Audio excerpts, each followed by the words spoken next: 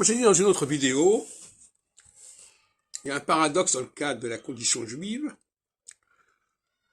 Pour qu'un juif puisse être vraiment en plein impact, il faut qu'il soit bien ancré dans un pays donné. Et c'est cet ancrage qui va le protéger contre une forme aiguë d'antisémitisme. Il y a une espèce d'antidote.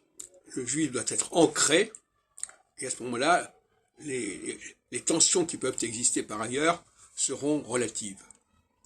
J'ai montré récemment que la Shoah, à partir de 1941-42, avait pris une dimension beaucoup plus pénible, parce que justement, à l'antisémitisme, c'était greffé la xénophobie par rapport à des populations juives étrangères à l'Allemagne, comme les populations conquises, dans la Pologne conquise, et qui étaient totalement, qui correspondaient à des judéités, à des cultures juives complètement distinctes de celles de l'Allemagne.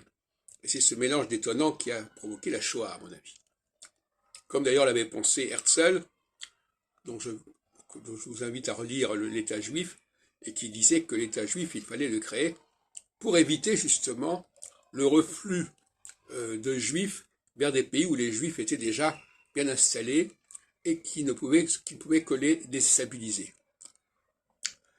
Alors, conclusion de ce que je dis, effectivement, un juif déraciné fait problème.